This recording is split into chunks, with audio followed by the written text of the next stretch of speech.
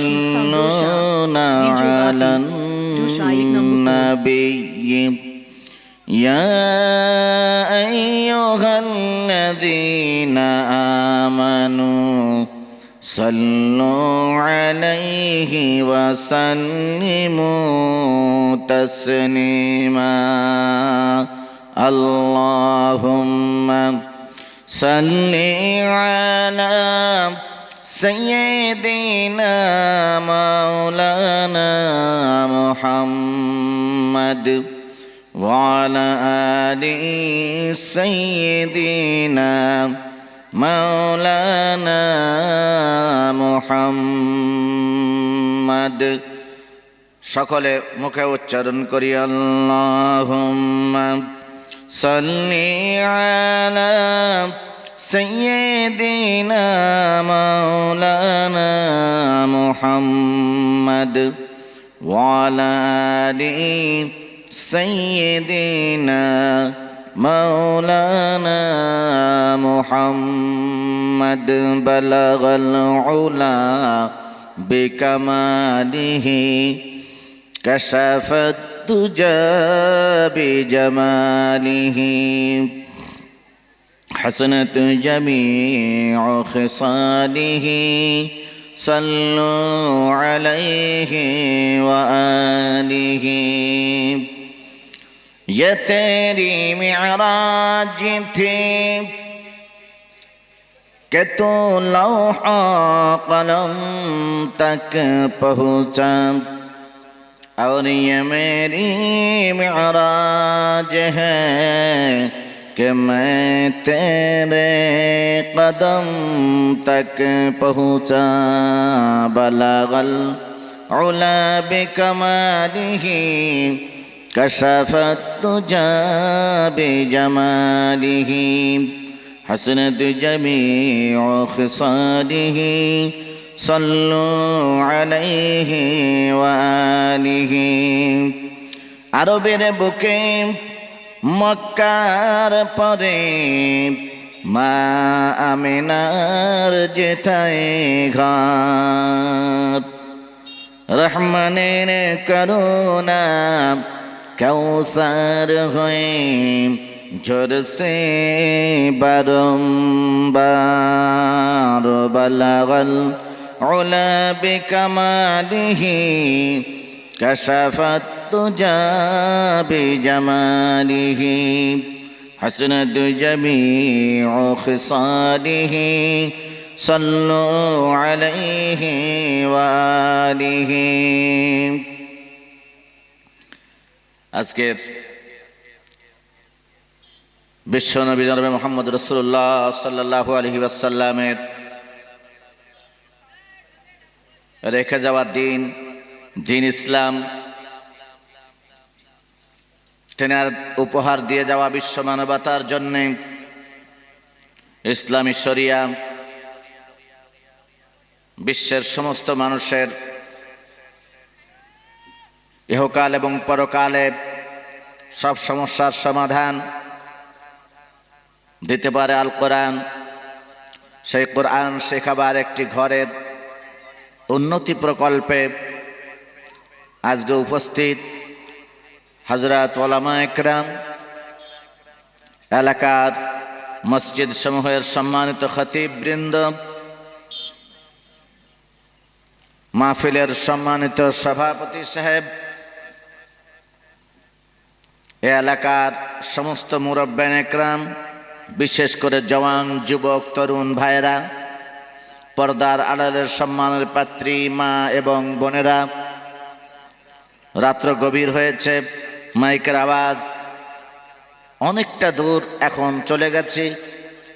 যতদূর পর্যন্ত আওয়াজ যাচ্ছে সমস্ত মুসলমান নারী পুরুষকে লক্ষ্য করে আমি শান্তির কামনা করছি সুন্নত নববীর মধ্য দিয়ে।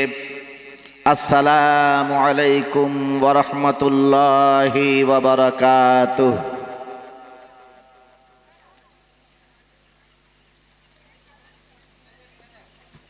কি বলবো ভাইজান, বলবার মতো ভাষা আমার কাছে আসছে না। গতকাল পরিশ্রম করেছেন, আজকেও রাত জাগছেন, অনেক ক্লান্ত আপনারা। কিছু মানুষ উপস্থিত আছেন, আর অনেক মানুষ দূর দূরান্তে বসে আওয়াজ শুনতেছেন। তো আমি সালাম যে আপনাদেরকে দিয়েছি, যে কয়জন উপস্থিত আছেন সকলে এক যোগে, এক তালে, এক সুরে আওয়াজ করে জবাব দিলে ভালো হবে। আসসালামু আলাইকুম ওয়া রাহমাতুল্লাহি ওয়া বারাকাতুহু। আলহামদুলিল্লাহ।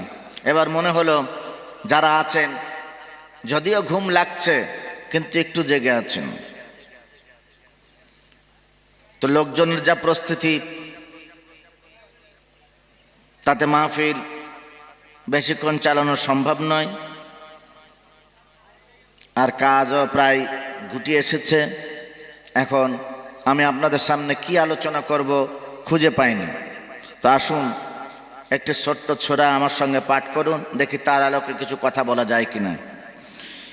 আউযু বিল্লাহি মিনাশ শাইতানির রাজীম। বিসমিল্লাহির রহমানির রহিম।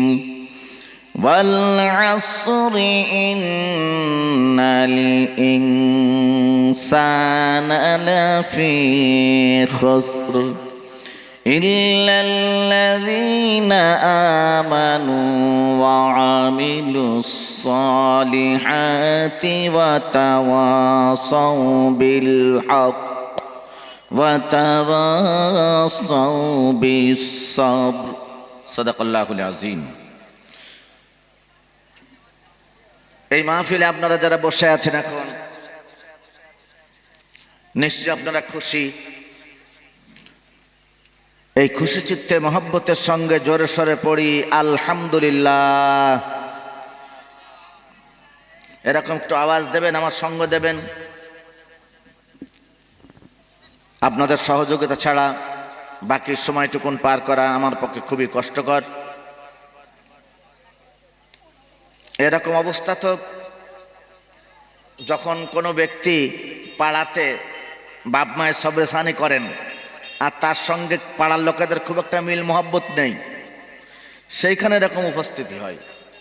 আমার তো বক্তা অনেকদিন ধরে বক্তৃতা করি, বলে হুজুর আমার সঙ্গে নাম লোকেদের খুব একটা মিল মহব্বত নেই, এবার বাপ মায়ের সবরেসানিটা করতে হবে, করছি। ওই জন্য লোকজন বেশি আসেনি। বিরিয়ানি সব প্যাকেট করেছি, লোকের বাড়িতে দিয়ে চলে আসবো। তো এরকম এর চাইতে বেশি উপস্থিত হয়। আলহামদুলিল্লাহ, যা উপস্থিত আছে আপনারা নিঃসন্দেহে আল্লাহ রাব্বুল আলামিনের জান্নাতি মহব্বতের সাথে পড়ুন সুবহানাল্লাহ। তো আমার বন্ধুগণ, আমি আপনাদেরকে নিয়ে ছোট্ট একটি সূরা পাঠ করেছি।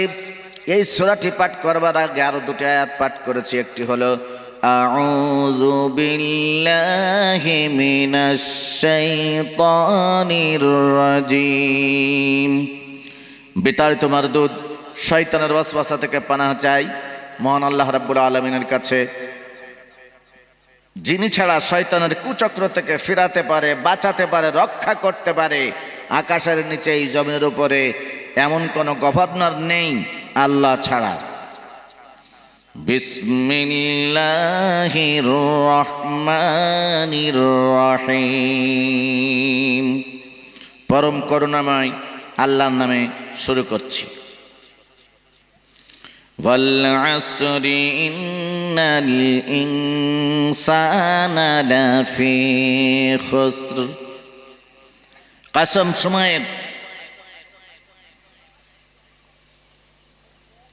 সময়কে কসম করে আল্লাহ রাব্বুল আলামিন বলছেন, আসরের কসম, গোটা পৃথিবীর মানব সভ্যতা মহা ক্ষতির মধ্যে, সমস্ত মানুষ মহা বিপদে, মহা ক্ষতির মধ্যে। ইল্লাল্লাযীনা আমানু ওয়া আমিলুস সালিহাতি ওয়া وتواصوا بالحق وتواصوا بالصبر। যারা ঈমান আনবে এবং নেক কাজ করবে, বিশ্বাস স্থাপন করবে, আমলে সালেহাত করবে, হক কথা বলবে, হকের পক্ষে টিকে থাকবে, সত্যের সংগ্রাম করবে, সত্যের সংগ্রাম করতে গিয়ে জান এবং মালকে বাজি রাখবে, ঈমান আনায়নের পর ভালো ভালো কাজ করবার সাথে সাথে সত্যকে বাস্তবায়ন করতে গিয়ে অনেক বিপদ ও মুসিবত আসবে। এই দুনিয়ায় চলাফেরা করতে গেলে মানুষের বিপদ ও মুসিবত বিভিন্নভাবে আসবে, তখন তারা ধৈর্য ধারণ করবে। এই চারটি কাজ যারা করবেন তাদের জন্য কোনো ভয় নেই, তাদের জন্য কোনো চিন্তা নেই, তারা মহা ক্ষতি থেকে বেঁচে গেল। সুবহানাল্লাহ। এখন আমার বন্ধুগণ, আমাকে এই মনে করে ওয়াজ করতে হচ্ছে যেমন মাইকের আওয়াজ লক্ষ জনতা শুনছেন, কেউ না শুনলে ফেরেশতারা শুনছেন, এই মনে করে ওয়াজ আমাকে করতেই হবে। এখন অত দূর থেকে এসেছি যখন কিছু কথা তো বলতেই হবে, তাতে শ্রোতা থাকুক আর না থাকুক। তো আমি মনে করেছি 1 থেকে 1.5 ঘন্টা কথা বলেই আপনাদেরকে নিয়ে মোনাজাত করে দেব, কারণ উপস্থিতি বেশি থাকলে পরে বেশি সময় বয়ান করা ভালো, উচিত, জনগণ চাইলে হয়। তারপরে এই যে তরুণ, এই যে ঘুমাচ্ছেন, ওই এক হুজুর শুয়ে পড়েছেন আর ওই হুজুর শুয়ে পড়েছেন, 2 হুজুর শুয়ে শুয়ে কাটাচ্ছেন, আবার ওই হুজুর আবার খোঁজাখুঁজি করছেন। তাই হচ্ছে আমাদের অবস্থা। দেখুন বর্তমানে যে সিনেমাগুলো তৈরি হয় বলিউড দিয়ে ভরা, ব্রেক, বগি বগি ইত্যাদি রকমের ড্যান্স, এখন আবার কত রকমের সব নাম হয়েছে, লুঙ্গি ডান্স, নৌকা ডান্স ইত্যাদি ইত্যাদি। সব রকম ওর ভিতরে পাইল আছে, ভিলেনের ভিলেনগিরি আছে, হিরোর অতিরিক্ত ভালোবাসার হিরোগিরি আছে, তারপরেও 1.5 ঘন্টায় ফিল্ম ফিনিশ। এটা বললাম কেন জানেন? যে এত কিছু থাকবার পরেও ডাইরেক্টর চিন্তা করলেন না, 3 ঘন্টা সময় লোকের হাতে নেই আজকাল, 3 ঘন্টা সিনেমা দেখবার মতো মানুষের নেই। আমরা যখন ছোট ছিলাম, দাদা হুজুরের ছেলেরা ফুরফুরা শরীফের, ওনারা বক্তৃতা করতেন এবং ওনাদের খলিফা যারা ছিলেন জিকির করাতেন, সারা রাত ব্যাপী হতো। তখন কেন হতো জানেন? তখন লোকেরা বেশি নামাজ পড়তেন না, বেশি রোজার সম্বন্ধে জ্ঞান রাখতেন না, তখন ইসলামের চর্চা ছিল কম। তাই তারা চিন্তা করলেন অন্তত বছরে একটা দিন হলেও জলসা, মিলাদ মাহফিল হোক, সারা রাত ধরে জিকির আজগার হবে, সকালবেলায় মোনাজাত হবে, মানুষ কিছু শিখবে এবং বেহেশতের দিকে ছুটতে থাকবে। এই মনে করে তারা সারা রাত মাহফিল করলেন। তখন সারা রাত মাহফিল শুনবার একটা মন মানসিকতা ছিল এইভাবে, আমরা তো নামাজ কালাম তেমন পড়ি না, মসজিদও তেমন খুব একটা নেই দেশে, কলের পানি আনতে গেলে পরে ওই সেই গ্রামে যেতে হয়, ওই সেই পাড়াতে যেতে হয়, পুকুরের পানি দিয়ে বেশি কাজ চলে রান্না বান্নার। সেই সময়ের কথা বলছি, তখন বড়বাবুদের দলিলে বসে পুঁথি পড়া হতো আর হুক্কা টানা হতো।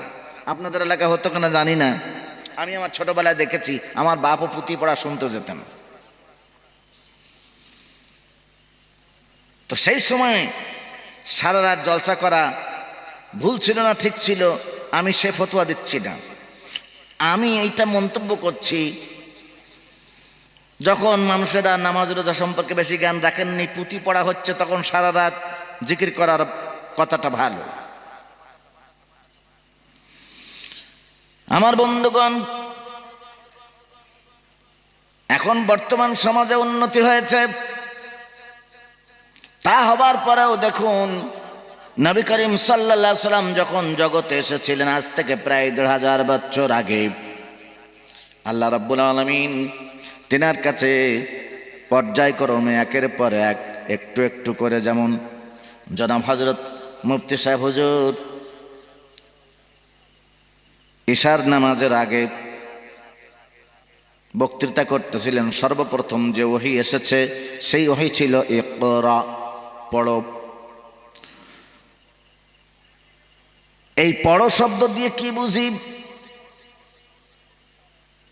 তোমাদের জ্ঞান কম আছে। ওই মহান প্রভু আল্লাহ রাব্বুল আলামিনের নামে পড়ো, যিনি তোমাদেরকে সৃষ্টি করেছেন। ওই আল্লাহ রাব্বুল আলামিনের নামে তোমরা পড়ো। তাহলে বোঝা গেল, না পড়লে, পড়াশোনা না করলে পরে জ্ঞান বৃদ্ধি পাবে না। মানুষ যদি ডেভেলপ করতে চাই, জ্ঞানের সমৃদ্ধিতা পেতে চাই, সে যেন পড়াশোনার উচ্চ শিখরে চলে যায়। সুবহানাল্লাহ। আখির জামানার পয়গম্বর, নবীদের সর্দার, যিনার কাছে ওহী অবতীর্ণ হতেছে, তিনি তো সবচাইতে জ্ঞানী মানুষ, তিনি সবচাইতে মর্যাদাবান মানুষ। তিনার কাছে আল্লাহ রাব্বুল আলামিন এই ওহী দিলেন, বিশ্ব মানবতাকে এই কথা স্মরণ করে দিলেন, হে মানুষ, আমি আমার নবী যিনাকে সবচাইতে বেশি জ্ঞানী করেছি, তার কাছে এই ওহী দিয়েছি, পড়ো। এই পড়ার থেকে কেউ আলাদা থাকতে পারবে না। যদি তোমরা তোমাদের জীবনে উন্নতি করতে চাও, কামিয়াবি পেতে চাও, তাহলে তোমাদেরকে পড়াশোনা করতে হবে। যারা পড়াশোনা করবে আল্লাহ রাব্বুল আলামিন তাদের কামিয়াবি দান করে দিবেন। সুবহানাল্লাহ। আমার বন্ধুগণ, নবী করিম সাল্লাল্লাহু আলাইহি ওয়াসাল্লামের কাছে একের পর এক সূরাগুলি অবতীর্ণ হলো। এই সূরাগুলির সংখ্যা হলো 114। তার ভিতরে একটি ছোট্ট সূরা আমি আপনাদেরকে নিয়ে পাঠ করেছি, যেই সূরাটি মক্কা শরীফে অবতীর্ণ হয়েছে। একটি মাত্র রুকু, ছোট্ট ছোট্ট আয়াতগুলি দিয়ে 2 লাইন আল্লাহ রাব্বুল আলামিন একটি সূরা আমাদেরকে উপহার দিয়েছেন। যেই সূরাটি নবী করিম সাল্লাল্লাহু আলাইহি ওয়াসাল্লামের কাছে অবতীর্ণ হবার পর আল্লাহ নবীর সাহাবীরা একে অপরকে বলতেন, ভাই, আল্লাহ রাব্বুল আলামিন নতুন একটা সূরা অবতীর্ণ করেছেন, ওয়াল আসর ইন্নাল ইনসানা লাফি খুসর ইল্লাল্লাযীনা আমানু ওয়া আমিলুস সালিহাতি ওয়া তাওয়াসাউ বিল হাক্কি ওয়া তাওয়াসাউ বিস সাবর। মূলত এটি দুটি কথা বলা হয়েছে। একটি হলো গোটা পৃথিবীর মানব সভ্যতা ক্ষতির মধ্যে, কেউ লাভের মধ্যে নয়। আর একটি কথা হলো, তারাই সফলতার মধ্যে রয়েছে, তারাই কামিয়াব হবে যারা ঈমান আনবে এবং আমলে সালেহাত করবে, সত্যের সংগ্রাম করবে, সত্যের পক্ষে থাকবে, হক কথা বলবে, ধৈর্য অবলম্বন করবে। তো সর্বপ্রথম যে শব্দটি সেটা হলো ঈমান। ইল্লাল্লাযীনা আমানু, এই বেঈমান যদি কেউ ভালো কাজ করেন, আমলে সালেহাত করেন, নেক কাজ করেন। আমলে সালেহাত কি? আমলে সালেহাত হলো মাদ্রাসা করে দেওয়া, মসজিদ তৈরি করে দেওয়া। ওই যে এক ভাই বললেন, গোটা মক্তবের দায়িত্ব আমি একাই নিয়ে নিলাম। সুবহানাল্লাহ। তার বাপ মায়ের জন্যে, তার বাপ মায়ের নামে আল্লাহ রাব্বুল আলামিন যেন মাগফিরাত দেন, উচ্চ মাকাম দেন পরকালে, সেজন্য তিনি দোয়া ফিল করেছেন। আমরা বলি, রব্বুল আলামিন, তোমার এই যে বান্দা তোমাকে আর তোমার রাসূলকে খুশি করবার জন্য মহৎ একটা কাজ করলো, আল্লাহ তুমি তার মনের নেক মকসুদ মঞ্জিলে পৌঁছে দাও। বলে আমিন। আমার বন্ধুগণ, আমলে সালেহাত, রাস্তা তৈরি করে দেওয়া, কালভার্ট তৈরি করে দেওয়া, ব্রিজ তৈরি করে দেওয়া, মানুষের পানি পান করবার ব্যবস্থা করে দেওয়া, গোসল করবার ব্যবস্থা করে দেওয়া, চিকিৎসালয় খুলে দেওয়া, বিনা পয়সায় মানুষের সেবার ব্যবস্থা করা, এই সমস্ত কাজগুলি, ভালো ভালো কাজগুলি হচ্ছে আমলে সালেহাত। আমাদের দেশে বিভিন্ন দল এই ভালো ভালো কাজ করেন। তৃণমূলের পক্ষ থেকে করা হয়, সিপিএমের পক্ষ থেকে করা হয়, কংগ্রেসের পক্ষ থেকে করা হয়, বিজেপির পক্ষ থেকে করা হয়, আবার মুহাম্মদ সাল্লাল্লাহু আলাইহি ওয়াসাল্লামের পক্ষ থেকেও করা হয়। কি বলেন, হয় না? রাসূলের পক্ষ থেকে হয় না? হয়নি? হয়। বলে আমরা মুসলমানদের পক্ষ থেকে বা অমুক মাদ্রাসার পক্ষ থেকে, অমুক মিশনের পক্ষ থেকে অমুক ইসলামী সংগঠনের পক্ষ থেকে রক্তদান শিবির করছি, মানুষের এক শ্রেণীর মানুষের চোখে ছানি পড়ে গেছে, তার অপারেশনের ব্যবস্থা করছি। এ কাজ নিঃসন্দেহে ভালো কাজ, নেক কাজ, কিন্তু এই কাজ করবার আগে যদি ঈমান না থাকে তাহলে এর যে ভালো প্রাপ্তি এই দুনিয়ায় আল্লাহ রাব্বুল আলামিন মিটিয়ে দিবেন, পরকালে এর কোনো সুফল পাওয়া যাবে না। বাজারের দোকান থেকে আপনি একটা চাদর কিনলেন, সেই চাদরটা একবারই বিক্রি হলো, কয়দিন ব্যবহার করবার পর যখন ভাঁজ করে প্যাকেট করে দোকানে নিয়ে যাবেন, দোকানদার ওটা ফেরত দেবেন না। তিনি বুঝতে পারবেন যে এর মাড় ভেঙে গেছে, এটা আর চলবে না, দ্বিতীয়বার এটাকে বিক্রি করা যাবে না। আমার বন্ধুগণ,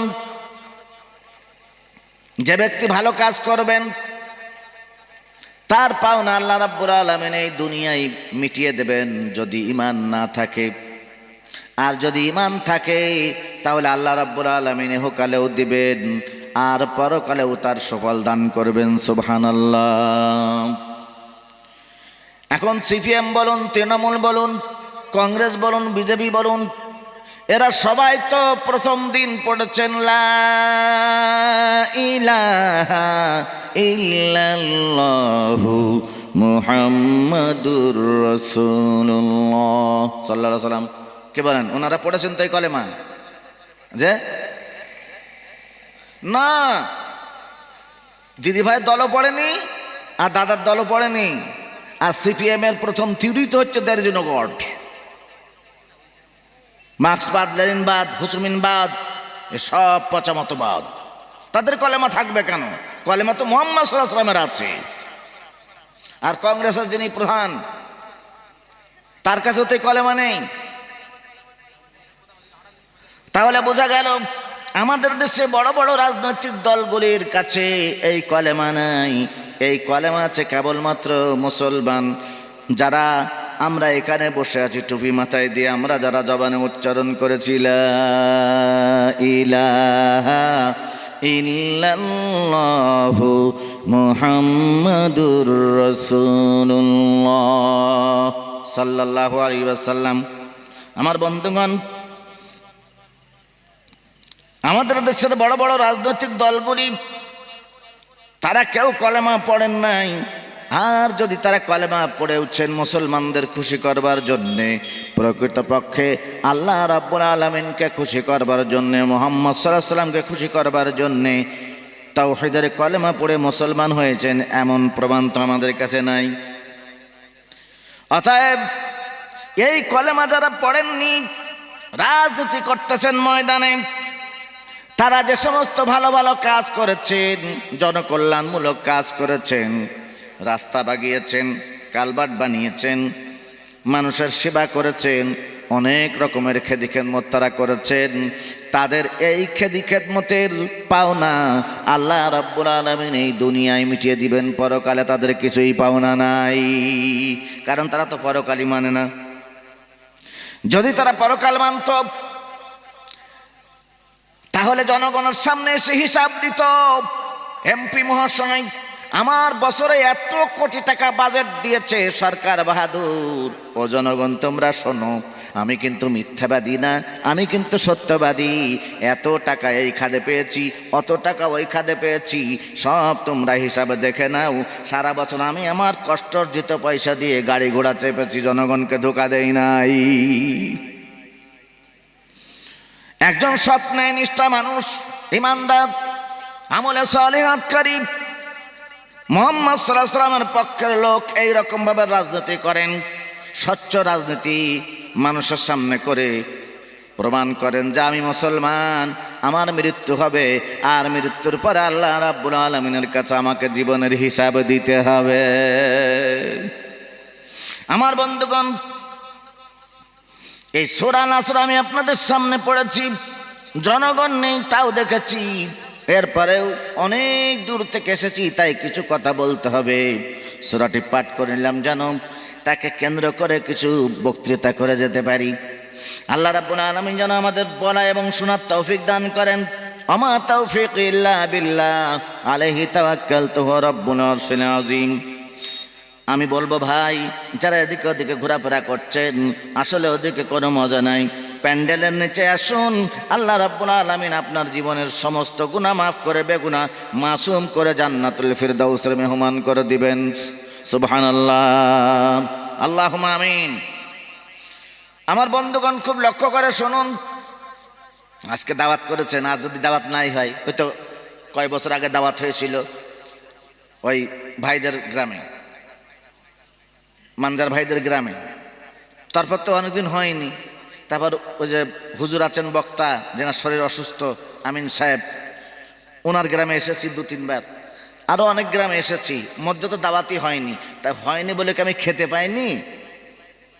আল্লাহ রাব্বুল আলামিন বান্দারে, ওমা মিন দাব্বাতিন ফিল আরদি ইল্লা আলাল্লাহি রিজকুহা, জমিনে এমন কোন বিচরণশীল জীব নাই যে তার খাদ্যের দায়িত্ব, রিজকের দায়িত্ব আমি আল্লাহ রাব্বুল আলামিন নেই নাই।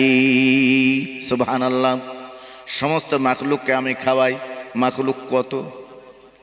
আমরা বক্তৃতায় শুনি মাঝে মধ্যে এক শ্রেণীর বক্তারা বলেন 18,000, কিন্তু কোরআন হাদিসের ভিতরে 18,000 বলে কোনো শব্দ নাই। এটি হলো ইহুদি পরিবেশিত শব্দ। কোরআন হাদিসে 18,000 কোথাও বলা হয় নাই। অসংখ্য মাখলুক, অসংখ্য প্রাণীকুল। মানুষ যদি আল্লাহ রাব্বুল আলামিনের প্রাণী গুনতে থাকে, গুনতে গুনতে লয় প্রলয় হয়ে যাবে, কিয়ামত হয়ে যাবে। আল্লাহর কসম, আল্লাহর সৃষ্টি জীব কত তা গুনে শেষ করতে পারবে না। সুবহানাল্লাহ। সমস্ত সৃষ্টি আল্লাহ পাকের। আমার বন্ধুগণ,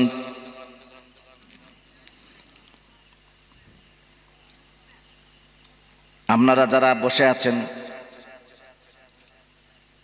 আপনাদের কিছুটা শুনবার ইচ্ছা আগ্রহ জেগেছে বলে আমি বুঝতে পারছি। মানুষজন থাকলে পরে শুনতেও ভালো লাগে, বলতেও ভালো লাগে, ভালো করে বললে শুনতে ভালো লাগে। লোকজন না থাকলে বক্তার মুখ থেকে কথা বের হতে একটু কষ্ট হয়। কারণ আমার তো ব্যবসাটাই হচ্ছে লোকজন নিয়ে। কলেজে যদি ছাত্রছাত্রী না থাকেন তো 1.5 লাখ টাকার প্রিন্সিপাল সাহেব কার সাথে বকবেন? কাকে লেখাবেন ব্ল্যাকবোর্ডে? কাকে বলবেন সলিমুদ্দিন দাঁড়াও তো? কাকে বলবেন বকুলি তুমি দাঁড়াও তো? কাকে বলবেন? লোকই তো নেই, ছাত্রই তো নেই, তো মাস্টার এসে চেয়ারে ঘুমানো ছাড়া রাস্তা নেই। আমার বন্ধুগণ, আমি কিছু গুরুত্বপূর্ণ কথা বলে যাব, কারণ হতে পারে আমি আগামীকাল মৃত্যুবরণ করব, হতে পারে আপনার মৃত্যু হবে। এই মৃত্যু কার কখন হবে কেউ জানে না। কুল্লু নাফসিন যায়িকাতুল মাউত, সমস্ত প্রাণী মৃত্যুর কোলে ঢলে পড়বে। মৃত্যুর পেয়ালা, মৃত্যুর স্বাদ সবাইকে নিতে হবে। এই মৃত্যু শব্দ থেকে কেউ বাঁচতে পারবে না। আমার আগের বক্তারাও বলে গেছেন। আমি যখন প্রথমে এসেছিলাম মাগরিবের আগে, তখন একজন মুরব্বী বলতেছিলেন, মৃত্যু আমাদের হবেই, কবরে আমাদের অবশ্যই সবাইকে যেতে হবে, এই কবরের মাটি কাউকে ছাড়বে না। জানি গো কবর গাহের মাটি, তুমি পৃথিবীর সব চাইতে খাঁটি। আমার মৃত্যু একদিন হবেই, আর তোমার কোলে আমাকে রাখা হবে। তুমি আমার সঙ্গে যে ব্যবহার করবে আমি সহ্য করতে পারবো না। তাই কাকুতির সাথে জানাই, আমার সঙ্গে এরকম দুর্ব্যবহার করো না। সেদিন যদি দুর্ব্যবহার আপনি আমি না পেতে চাই, তাহলে আমাদেরকে ভালো হতে হবে, সৎ স্বভাবের হতে হবে। আর সৎ স্বভাব হতে গেলে পরে ঈমান না এনে সৎ স্বভাববান হওয়া যায় না। দেখুন, আমাদের প্রধানমন্ত্রীজি কোনো কারোর সাথে কোনো আলাপ আলোচনা করা নেই, অসৎ স্বভাবের এক ব্যক্তিত্ব। রাতারাতি বলে টাকা সব বন্ধ করে দিলাম, ফিনিশ। এবার তোরা লাইন দিয়ে মরবি না বাঁচবে আমার দেখবার দরকার নেই। ব্যাকলার মতো কাজ। কেন জানেন? ঈমান নেই। স্বরাষ্ট্রমন্ত্রী টাকলা, তারও ঈমান নেই।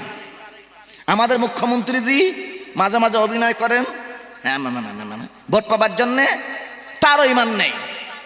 একটারও ইমান নেই। আর এদের সাথে কয়টা মন্ত্রী আছে তাদেরও ইমান নেই।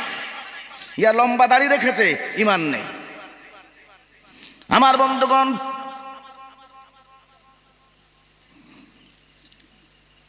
কান খুলে শুনুন,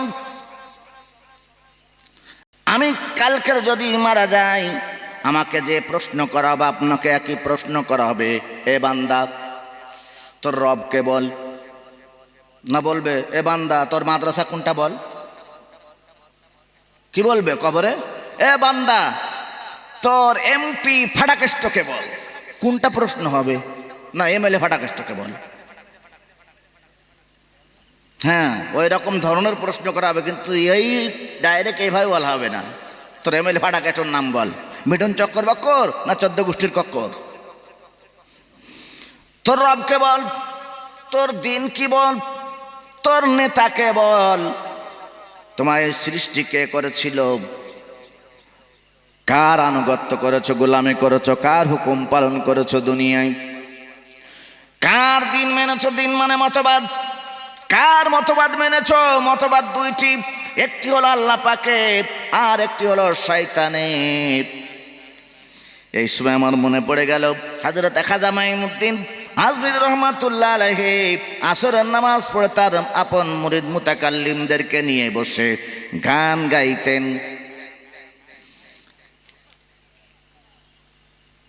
আচ্ছা, মোহাব্বতের সাথে আবার দুরূদ শরীফ পড়েন। আল্লাহুম্মা সাল্লি আলা সাইয়্যিদিনা মাওলানা মুহাম্মদ ওয়া আলা আলি সাইয়্যিদিনা মাওলানা মুহাম্মদ। 12টা বেজে গেছে ভাই, আমার ঘরে তো ওই সব রুমে আছে ওই মোবাইলটা, তাহলে ওই 1 মিনিট মানে একটু করে হয়ে গেছে, ওই 12টা বেজে গেছে রাতের। আর আমরা যদি হক পথে না চলি আমাদের জীবনেরও 12টা বেজে গেছে। যতই মক্তব করুন আর মাদ্রাসা করুন, আমরা ওয়াজ করে থাকি ভাই আল্লাহ রাস্তা দিয়ে যান 1 লাখ টাকা, ও ভাই বেহেশতে চলে যাবেন গা, এত সহজ না। তাহলে এখন সেই লোকটা তো চিন্তা পড়ে গেলেন, সেই ভাইটা আরে আমার বাপ মায়ের জন্য দিলাম। আরে আপনার বাপ মায়ের জন্য আপনি দিয়েছেন, আপনার বাপ মা বেহেশতে যাবেই, কোরআন শরীফের দলিল আছে আমার কাছে। কিন্তু আপনি যদি মনে করেন আমি কি জন হয়ে গেছি, আমি মিঠুনের দলের লোক, বেহেশতে চলে যাবো, মিঠুন বেহেশতে যাবে? মিঠুনের যে ডাইরেক্টর, ওর যে হিরোইন, ওর যে ভিলেন, অমনুষ্পুর 14 গোষ্ঠী, ওরা বেহেশতে যাবে? তুমি তাদের সঙ্গে বলবে জিন্দাবাদ জিন্দাবাদ, বেহেশতে তোমার মামার বাড়ি, সিপিএম এর লোকজন নিয়ে ভয় দেখিয়ে চলে আসবে, এত সহজ না। কোনো মজা নেই, লাভ নেই। লাভ কিসে আছে? সেই জন্যই তো আমি সূরা আল আসর পড়েছি। আর এমনি আমার তেমন কোনো জ্ঞান নেই। এখানে যারা বক্তৃতা করতেছিলেন সেই সন্ধ্যাবেলা থেকে সবাই আমার চাইতে বেশি সুপার জ্ঞানী, আমি হলাম অল্প জ্ঞানী। আল্লাহ রাব্বুল আলামিন কোরআনে একটু একটু পড়ি আর সেই মোতাবেক বলবার চেষ্টা করে থাকি মাত্র। তো আজকের আমি যেটা পাঠ করেছি তার ভিতরে 4টি শব্দ আছে, একটি হলো ঈমান, আর একটি হলো নেক কাজ, ভালো কাজ, সৎ কাজ। সমস্ত ভালো কাজের সঙ্গে আমরা আছি, ঈমান এনে থাকতে হবে। ঈমান আনবার পরে যারা সমস্ত ভালো কাজকে সমর্থন দেবে, সাপোর্ট করবে, ভালো কাজের পক্ষে গিয়ে জিন্দাবাদ বলবি, আল্লাহ রাব্বুল আলামিন তাদের জন্য খুশখবরি শুনিয়েছেন। সবাই আগে পড়ুন সুবহানাল্লাহ। এমন হলো মনে হলো আমি যেন বিজেপির, আপনার তো তৃণমূলের লোক, আশ্চর্য। আরে সুবহানাল্লাহ একবার বলবেন, বেহেশতের ভিতরে বিরাট এক গাছ তৈরি হবে, ফলের গাছ, যার ফল আপনি খাবেন, আপনি তার নিচে ওই ছায়াতে থাকবেন, আরাম করবেন, ঘুমাবেন, ভীষণ শীতলতা সেখানে পাবেন। মহব্বতের সাথে পড়ুন সুবহানাল্লাহ। তো আমাকে যদি সুবহানাল্লাহ পড়ে পড়ে 5 মিনিট নষ্ট করতে হয় 2 ঘন্টার থেকে, তাহলে বাকি কথা কখন বলবো, আজ কখন করব? আমাদের দেখেছি এই ওই পাড়ার ছেলেরা কাউ সুবহানাল্লাহ, এই পাড়ার ছেলেরা কাউ সুবহানাল্লাহ, এই আরো জোরে বলো সুবহানাল্লাহ, এই আমার দাদুর নামে বলো সুবহানাল্লাহ। তো দাদুর নামে সুবহানাল্লাহ পড়াতে পড়াতে যদি সময় চলে গেল, তো দুনিয়ায় হক চালু হবে কবে? আমার বন্ধুগণ, আল্লাহ রাব্বুল আলামিন শোনাচ্ছেন, শুনুন ফায়দা। যারা ঈমান আনবি, অনেক কথা আছে, আমি দুটো কথা বলবো, দুটি আয়াত বলবো। আল্লাহ রাব্বুল আলামিন বলছেন, ইন্নাল্লাযীনা আমানু ওয়া আমিলুস সালিহাতি কানাত লাহুম জান্নাতুল ফিরদাউসি নুজুলা খালিদিনা ফিহা লা ইয়াবগুনা আনহা হিওয়ালা। নিশ্চয় যারা ভালো কাজ করবে, নেক কাজ করবে, সৎ কাজ করবে, মানুষের উপকার করবে, পর উপকারী হবে, সে যে ধর্মেরই হোক না কেন, এক কথায় আদম সন্তানের উপকার করবে। সমস্ত ক্ষতিমূলক কাজ থেকে নিজেকে ফেরাবে, বাঁচাবে, রক্ষা করবে, সমস্ত ভালো কাজ নিজে করবে এবং দলবদ্ধভাবে করবার জন্য উদ্বুদ্ধ করবে। এক নম্বরে ঈমান আনয়ন করবে, ইন্নাল্লাযীনা আমানু, নিশ্চয় যারা ঈমান আনবে এবং ভালো কাজ করবে। ঈমান এনে যে ব্যক্তি ভালো কাজ করলো, আল্লাহ রাব্বুল আলামিন তার জন্য গ্যারান্টি দিয়েছেন জান্নাতুল ফিরদাউসি নুজুলা। সবচেয়ে বড় উচ্চ অঙ্কের জান্নাতের নাম জান্নাতুল ফিরদাউস। খালিদিনা ফিহা লা ইয়াবগুনা আনহা হিওয়ালা। সেই ঘরে ঢুকবে, সেই বাড়িতে ঢুকবে, সেই জায়গায় ঢুকবে, সেই জান্নাতের মধ্যে ঢুকবে যেখান থেকে বের হতে মানুষের কখনোই মন চাইবে না। সুবহানাল্লাহ। আমাদের পাড়ায় সবচেয়ে একজন ধনী মানুষ, তার ছেলে দুটো আবরবে থাকে আর দুটো লন্ডনে থাকে, বিরাট বিরাট অফিসার, আবার সে এমএলএ ফাটাকেষ্ট, আবার সে বড় বড় মন্ত্রী তো 3টে পেয়েছে, বিরাট একখানা আলিশান ঘর বানিয়েছে। তার ঘরের ভিতরে কোনো কিছুর অভাব নাই, ঠান্ডা গরম উষ্ণতা ইত্যাদি সব রকমের ব্যবস্থা রয়েছে। তারও বৈকাল বেলায় মন চাই কসিমউদ্দিন চায়ের দোকানে গিয়ে একটা সিগারেট আর চা খাই। কিন্তু আল্লাহ রাব্বুল আলামিন এমন এক জান্নাত তৈরি করে রেখেছেন ঈমানদার এবং আমলে সালেহাতকারীদের জন্য। যারা ঈমান আনয়ন করবে এবং ভালো ভালো কাজ করবে, তাদের জন্য এমন এক জান্নাতের ব্যবস্থা রেখেছেন যেখানে মানুষ শুধু উপভোগ করবে, সেখান থেকে বের হতে মানুষের কখনোই মন চাইবে না। সুবহানাল্লাহ। দেখলেন অবস্থা? আবারও সুবহানাল্লাহ ফেল করলেন। তাহলে মুসলমানরা মার খাবে না ফিলিস্তিনে, মুসলমানরা মার খাবে না কাশ্মীরে, মুসলমানরা মার খাবে না বাংলাতে। বলবেন আমরা কই মার খাইনি তো, আমাদের তো 1,500 টাকা দিচ্ছে। সুবহানাল্লাহ। ওই যে হুজুর আবার বলছিলেন, মা ও মামা গো 1,500 টাকা এক মাসেরটা দেন না। ভালো, যিনি দিয়েছেন তারই ভালো, আর যেনারা নিচ্ছেন তেনারাও ভালো। ওখানে আমার কথা নেই, আমার কথা এক জায়গায় আছে, বলবো। লোকজন কম তো কি হয়েছে, মাইকের আওয়াজ তো যাচ্ছে, আমার কথা শুনছে অবশ্যই লোক। ও যুবক, 1,500 টাকায় তোমাকে বিক্রি করে দিলে মাসে মাসে 1,500 টাকা পাবে, এ কথা আমি বলবো না। তোমায় বিক্রি করোনি, কি করবে? অসহায়, অসহায় তো তোমাকে পেয়ে বসেছি। আমি জওয়ান ইয়ং ম্যান, উচ্চ মাধ্যমিক দিয়েছি, এমএ পাস করেছি, এমএ পাস ফার্স্ট ক্লাস করেছি, আমি আধা ডাক্তারও হয়ে গেলাম, আমি আধা ইঞ্জিনিয়ার হয়ে গেছি, কি করব? চাকরি তো নেই। তো দিদিভাই যা করেছেন ভোট নিবার, ভোটটার আগে আগে বেশ ভালোই করেছেন।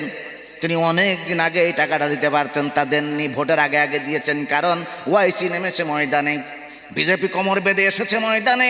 এখন যদি আমি 1,500 টাকা করে যুবক যুবতীদেরকে না কিনতে পারি, আমার হয়তো মন্ত্রিত্ব গেল।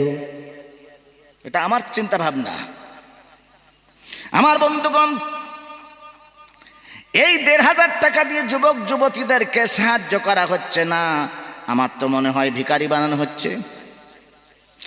যুবক যুবতীদের শরীরে গরম টকবকে রক্ত আছে, লেখাপড়া শিখেছে, তাদের মর্যাদা আছে, তাদেরকে মর্যাদা সম্পন্ন ব্যক্তিত্বে পরিণত করুন।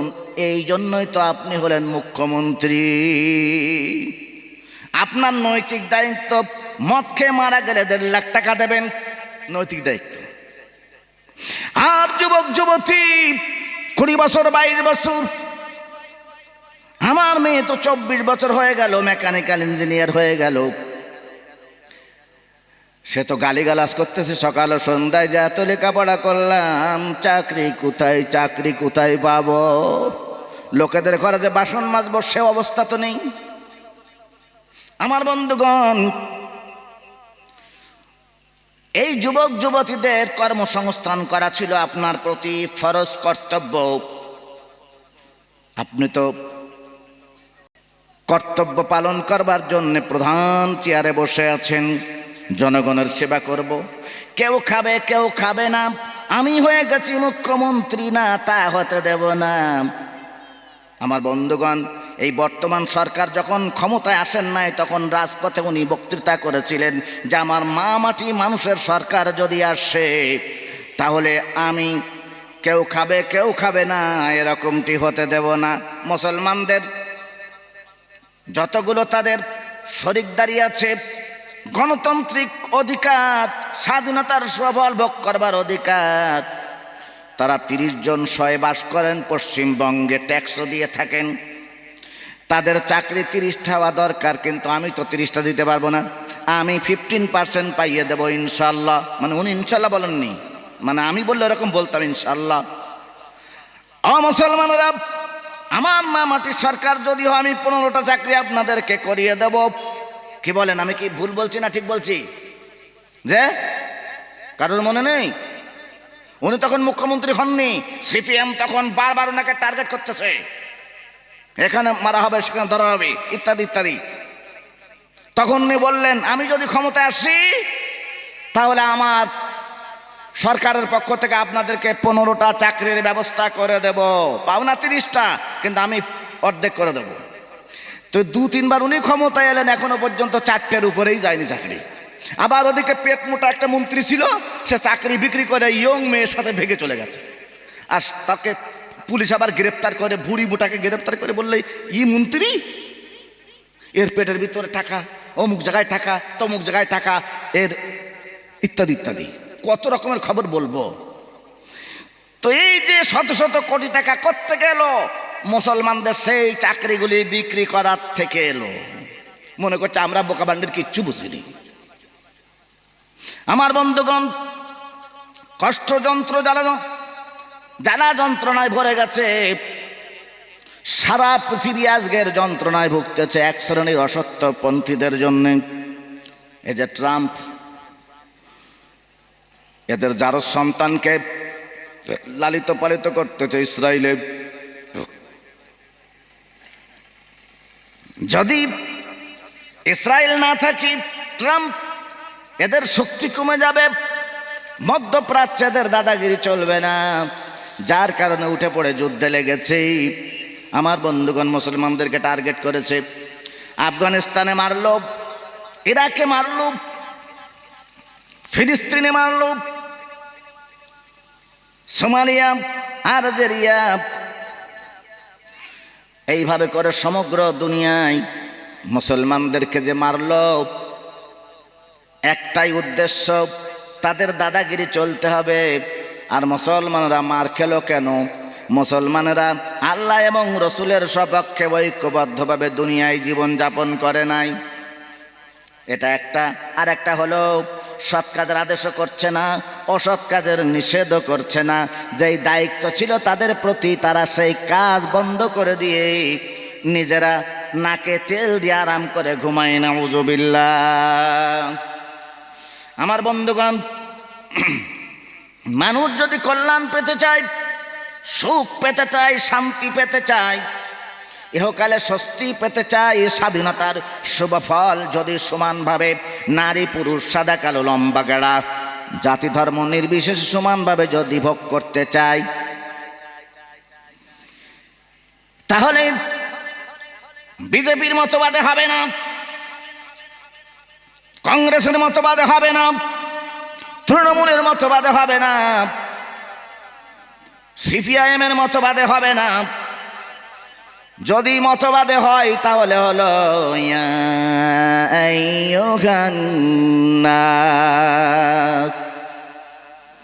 কেবলমাত্র শুধুমাত্র একমাত্র ইসলামী মতবাদে হবে।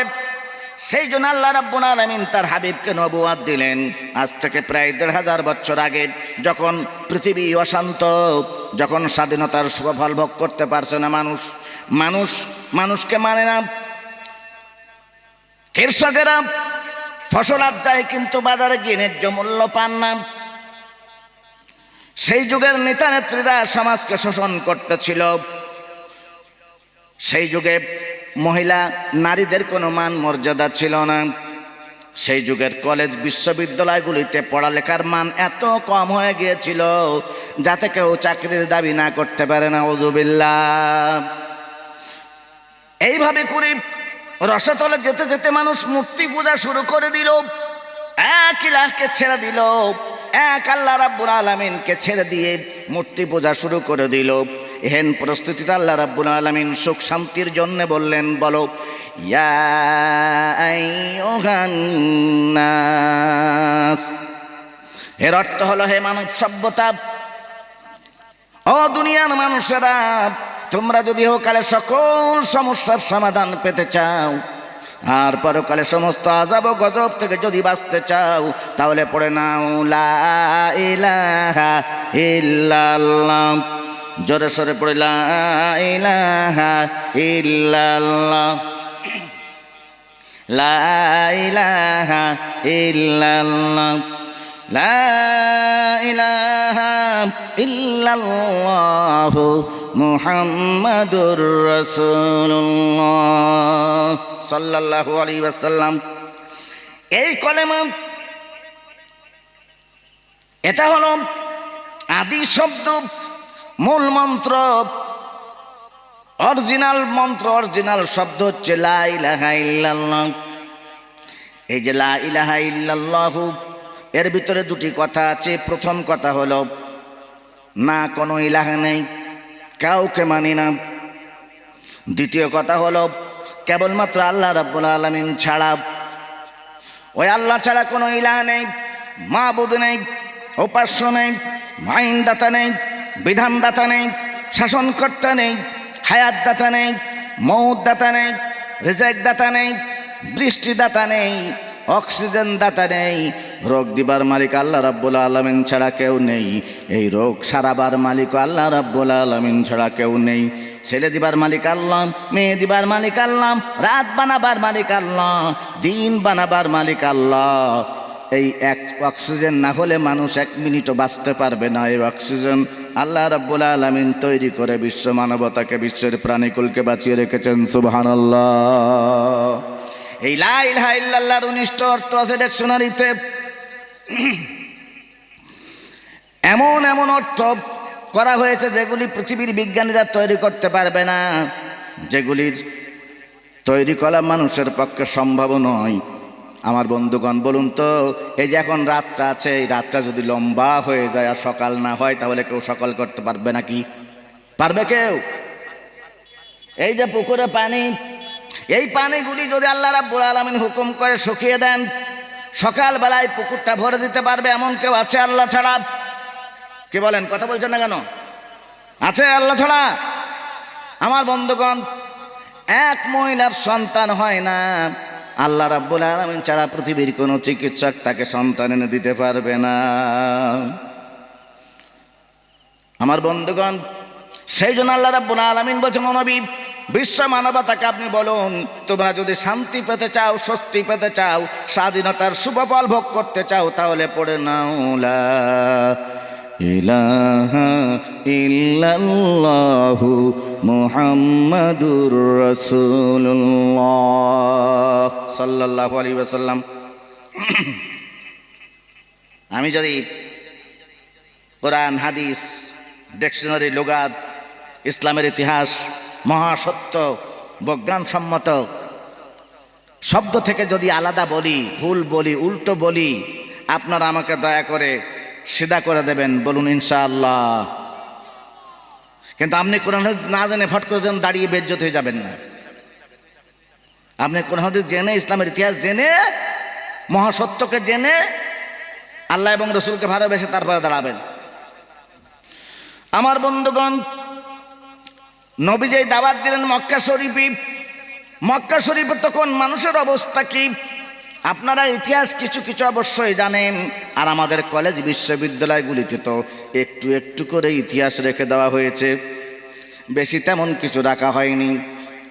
দুর্ভাগ্য এখানেই, সৌভাগ্যশালী হয়ে যেতাম আমরা সবাই, আমাদের ইহকালে কিসমত ভাগ্য খুলে যেত, আর পরকালে সমস্ত আযাব ও গজব থেকে আমরা মুক্তি পেয়ে যেতাম যদি মুহাম্মদ সাল্লাল্লাহু আলাইহি সাল্লামের রেখে যাওয়া, তার দিয়ে যাওয়া জীবন ব্যবস্থা আজকের স্কুল কলেজ বিশ্ববিদ্যালয়গুলিতে পড়িয়ে মানুষকে মানুষ বানানো হতো।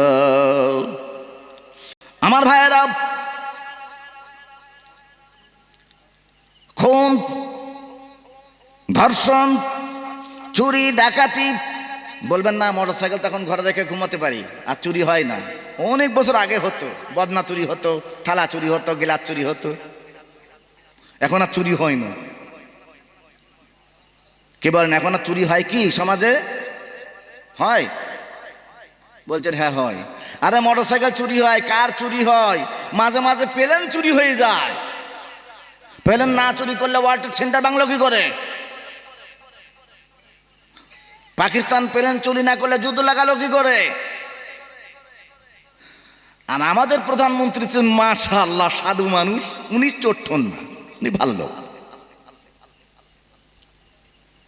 আমাদের স্বরাষ্ট্রমন্ত্রী খুব ভালো লোক, উনার মতো লোকই হয় না, এত সুন্দর ফ্রেশ লোকই হয় না। উনি সেদিন বলছেন আমি এরকম এরকম ব্যবস্থা করেছি, যুবক যুবতীদেরকে চাকরি দেব। রে শালা, তুমি এতদিন কোথায় ছিলে গো? চাকরি দিবা, এর আগে দাওনি কেন? এত বছর ক্ষমতায় আছো, শত শত কোটি টাকার হিসাব তোমাদের কাছে পাওনা আছে জাতির। তুমি মনে করছো আমি স্বরাষ্ট্রমন্ত্রী হয়ে গেছি, এবার আমাকে আর কে ধরে? যে কয়েকদিন করে যেতে পারি, খেয়ে যেতে পারি, মরণ পর্যন্ত থাকতে বললে 7 কোন মাস। হ্যাঁ, তা চিন্তা খারাপ করেনি, মরে গেলে তো কেস বন্ধ। আমার বন্ধুগণ, সমস্ত অস্বস্তি থেকে যদি মুক্তি পেতে চাই, শান্তি পেতে চাই, তাহলে আমাদেরকে লা ইলাহা ইল্লাল্লাহ মানতে হবে। এই কথা যখন বলা হলো, নবী করিম সাল্লাল্লাহু আলাইহি সাল্লাম যখন দাওয়াত দিলেন, তখন সমাজের কি অবস্থা ছিল?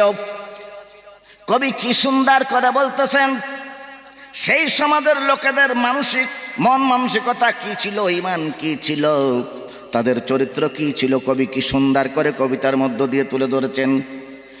কদিলে কদিলে কা বুত এক জুদা থা, কদিলে কদিলে কা বুত এক জুদা থা, किसी का हुबल था किसी का सफा था, ये नाइला पी और उज़्ज़ा पे फिदा था, इसी तरह घर घर नया एक खुदा था। হযরত মুহাম্মদ সাল্লাল্লাহু আলাইহি সাল্লাম যখন দুনিয়াতে এলেন, তখন মানুষের মনের অবস্থা এই ছিল, তাদের ধর্মের ব্যাপারে মন মানসিকতা এখানে ছিল। এক একজন মানুষের অন্তরের ভিতরে এক একজন ইলাহ জায়গা করে দিয়েছে, তারা এক এক অন্তরে এক এক ইলাহের জায়গা করে দিয়েছে। প্রকৃতপক্ষে এক ইলাহ আল্লাহকে ছেড়ে দিয়ে কেউ হাবিলের উপরে, কেউ কাবিলের উপরে, কেউ লাত মানাতের উপরে, কেউ উজ্জার উপরে, কেউ নাইলার উপরে, এইভাবে করে নতুন নতুন ইলাহের আবির্ভাব হয়, সৃষ্টি হয়। আর তারা ওই মূর্তি তৈরি করে নিয়ে তার পূজা অর্চনা শুরু করে দেয়। নাউজুবিল্লাহ। এই সময় আমার মনে পড়ে গেল ওই হাদিসটা, নবী করিম সাল্লাল্লাহু আলাইহি ওয়াসাল্লামের কাছে একজন সাহাবী একটা ভাঙ্গা মূর্তি নিয়ে উপস্থিত হয়ে গেছেন। ইয়া রাসূলুল্লাহ, আমি তাওহীদের দীক্ষা নিবার জন্য আপনার শরণাপন্ন হয়েছি। উনি ঘটনা শোনাতেছিলেন নবী করিম সাল্লাল্লাহু আলাইহি ওয়াসাল্লামের কাছে। হুজুর বললেন, তোমার হাতে এটা কি? আরে মূর্তিটা ভাঙ্গা কেন? উনি বললেন, ইয়া রাসূলুল্লাহ, এটা হলো আমার কুদ্দুস নামক খোদা। কি নামক? নিরাপত্তাদাতা। আমাকে নিরাপত্তা দেবে, এইটা আমি মনে করতাম, আর এর পূজা অর্চনা করতাম। আমি এই প্রভুকে সবসময় সঙ্গে করে রাখি। আমি মরুভূমি দিয়ে হাঁটতেছিলাম, চলতেছিলাম, আমার প্রকৃতির ডাক এসে গেল। পেশাব পায়খানার বেগ হয়ে গেল। তো এই পবিত্র সত্তাকে সঙ্গে নিয়ে তার পেশাব পায়খানা কাজটা খারাপ করা যায় না। আমার বন্ধুগণ লক্ষ্য করুন, মূর্তি পূজারও কিন্তু মন পবিত্র হবার জন্য একটা রাস্তা এখানে মনের ভিতরে খোলা আছে, তার চিন্তা ভাবনার মধ্যে। ইয়া রাসূলুল্লাহ, এই পবিত্র খোদাকে সঙ্গে নিয়ে তো আর পেশাব পায়খানা করা যাবে না। তো আমি বললাম, খোদা আপনি এখানে দাঁড়ান। রাস্তার পাশে তাকে দাঁড় করিয়ে দিলাম। আমি আমার জরুরত ছেড়ে আসতেছি, আপনাকে আবার নিয়ে চলে যাব। আমি অদূরে চোখ আড়ালে চলে গেলাম, সেখানে গিয়ে জরুরত ছাড়লাম। জরুরত ছেড়ে আমি চলে এলাম। এসে আমি আমার খোদার শরীর থেকে পানি জল টপকাতে দেখলাম। আমি মনে করলাম, ইয়া রাসূলুল্লাহ, আমার ভাগ্য কিসমত বুঝি খুলে গেছি। আমার এই খোদার প্রতি মনে হয় আসল খোদার রহমত বৃষ্টি বর্ষণ হয়ে গেছে। ইয়া রাসূলুল্লাহ, আমি রহমতের বৃষ্টি মনে করে মিষ্টি লাগবে, জিহ্বা দিয়ে চাটা আরম্ভ করলাম। জিহ্বা দিয়ে চাট মারতে দেখি দুর্গন্ধ, বেটকুটে গন্ধ, নুনতা নুনতা, টক টক, ঝাঁঝ ঝাঁঝ, বমি এসে যাবার খারাপ হয়ে গেল। ইয়া রাসূলুল্লাহ, এই দুর্গন্ধ লাগবার পরে আমি অনুসন্ধান অফিসে ঢুকলাম। ব্যাপারটা কি? এরকম রহমতের বৃষ্টি তো মিষ্টি হবে, এরকম টক টক কেন, লবণাক্ত কেন? আমি কিছুটা খুঁজতে না খুঁজতেই দেখতে পেলাম যে কুকুর দাঁড়িয়ে আছে পাশে। ঘড়ি কই নিয়েছে? হ্যাঁ, বলছেন 40-এর ভিতরে শেষ করে দিতে। আর তারপরে আমি যদি এখন সব দলের বিরুদ্ধে কথা বলি, আমার ওয়াজ চলে? কি কন? বিজেপির বিরুদ্ধে, কংগ্রেসের বিরুদ্ধে, সিপিএমের বিরুদ্ধে, তৃণমূলের বিরুদ্ধে। তার মানে কি? যাদের ঈমান আনেনি তাদের বিরুদ্ধে, যারা মুহাম্মদ সাল্লাল্লাহু আলাইহি ওয়াসাল্লামকে নবী বলে মানে না তাদের বিরুদ্ধে আমার ওয়াজ। আবার এই যে এখন হাদিস বলছি, ওই লোকটি বর্ণনা করতেছেন, ইয়া রাসূলুল্লাহ, আমি টকটক ঝাঁঝপাড়া মনে করে খুঁজতেছিলাম। খুঁজতে খুঁজতে দেখলাম যে একটা কুকুর দাঁড়িয়ে আছে। ওই কুকুরের নিচে দিয়ে এখনো পর্যন্ত টপ টপা টপ। আমি তখন বুঝতে পারলাম এটা আসল খোদার রহমতের কোনো বৃষ্টি নয়, এটা হলো কুকুরের পেশাব, তাই এরকম দুর্গন্ধ। ইয়া রাসূলুল্লাহ, আমার রাগ হয়ে গেল। আমি আমার খোদাকে উঁচু করলাম, মাথার উপরে তুললাম, সজোরে আছাড় মারলাম আর বললাম, তুই খোদা না খোদা, কুকুরের পেশাব দিয়ে তুই নিজেকে বাঁচাতে পারলি না, আমার মতো মানব সভ্যতাকে কেমন করে বাঁচাবি? ইয়া রাসূলুল্লাহ, আপনার কাছে দেখাতে নিয়ে এলাম যে আমি ভুল পথে ছিলাম এতদিন। এই খোদা চলতে পারে না, বলতে পারে না, কোনো উপকার করতে পারে না, কোনো ক্ষতি করতে পারে না। এগুলি খড় গুঁতো দিয়ে তৈরি, কাদা দিয়ে পাথর দিয়ে তৈরি, এগুলি মানুষ তৈরি করে, এগুলি কোনো উপকার মানুষকে করতে পারে না। আমরা এতদিন ভুল পথে ছিলাম। ইয়া রাসূলুল্লাহ, আপনি আমাকে তাওহীদের কলেমা পড়িয়ে মুসলমান বানিয়ে দিন। আমি আর মূর্তি পূজা করতে চাই না, ইসলামের দীক্ষা নিতে এসেছি। নবী করিম সাল্লাল্লাহু আলাইহি সাল্লাম বললেন, দাও, হাত দাও আর পড়ো লা ইলাহা ইল্লাল্লাহু মুহাম্মাদুর রাসূলুল্লাহ সাল্লাল্লাহু আলাইহি সাল্লাম।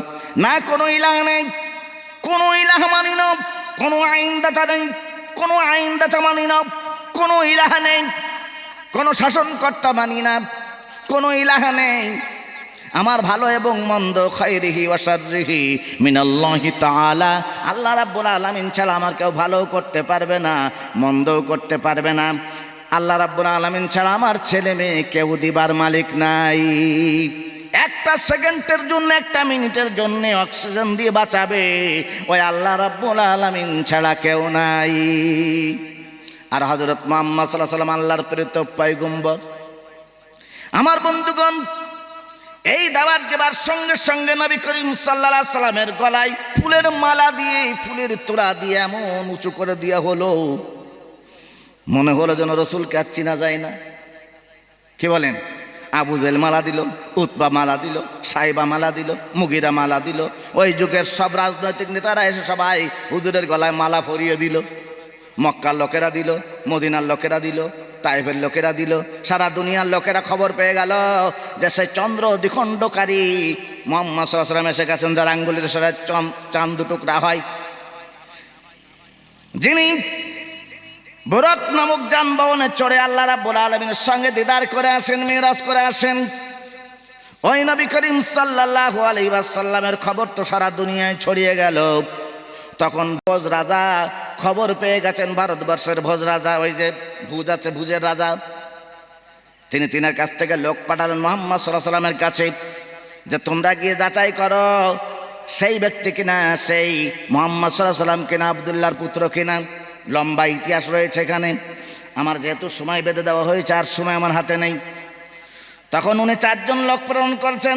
নবী করিম সাল্লাল্লাহু আলাইহি ওয়াসাল্লাম ভোজরাদাকে চিঠি লিখেছেন এবং 4 জন লোক সঙ্গে পাঠিয়েছেন, আর বলেছেন আমার এই 4 জন সঙ্গীর হাতে যে কোনো একজনের হাতে হাত দিয়ে আপনি পড়বেন লা ইলাহা ইল্লাল্লাহু মুহাম্মাদুর রাসূলুল্লাহ।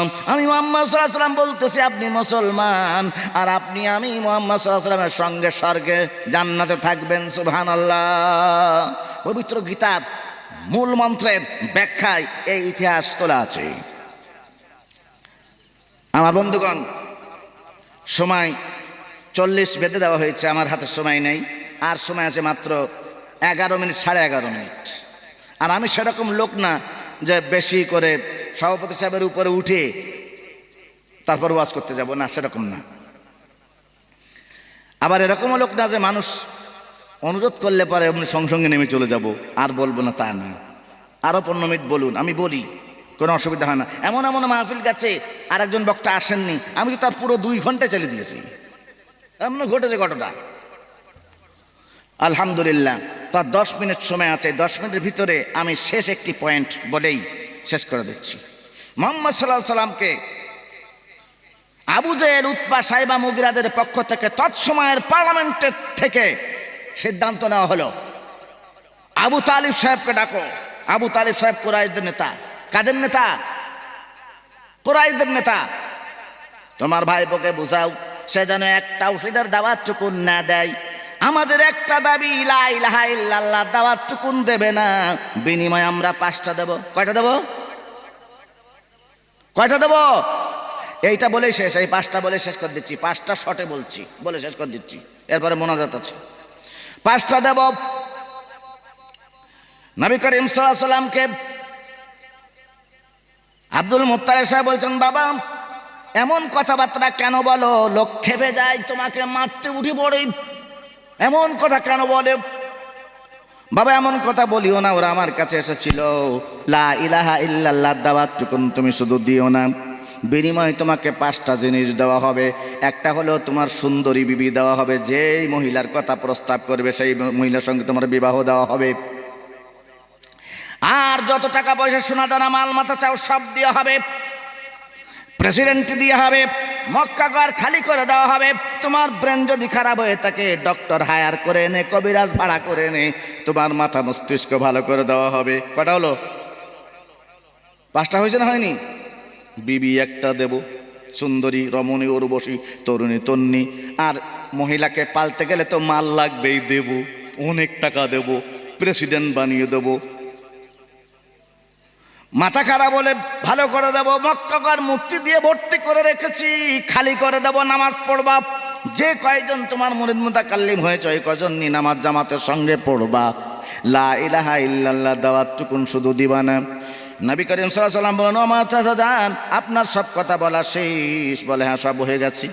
তাহলে শুনুন, ওই মহাকাশের পূর্ণিমার চাঁদটা আর ওই সূর্যটা তো কেউ আনতে পারবে না, যদি তা বহু হাজার লাখ কোটি চেষ্টা করে এনে আমার 2 হাতে তুলে দেয়, এরও বিনিময়ে আমি মুহাম্মদ সাল্লাল্লাহু আলাইহি ওয়াসাল্লাম একটা মুহূর্তের জন্য একটা তাওহীদের দাওয়াত বন্ধ করে দেব না। আমি বলবো লা ইলাহা ইল্লাল্লাহ, লা ইলাহা ইল্লাল্লাহ, লা ইলাহা ইল্লাল্লাহু মুহাম্মাদুর রাসূলুল্লাহ সাল্লাল্লাহু আলাইহি সাল্লাম। আবু জেহেল খেপে গেল, গলায় গামছা দিয়ে জোরে হাসকা টান মারল।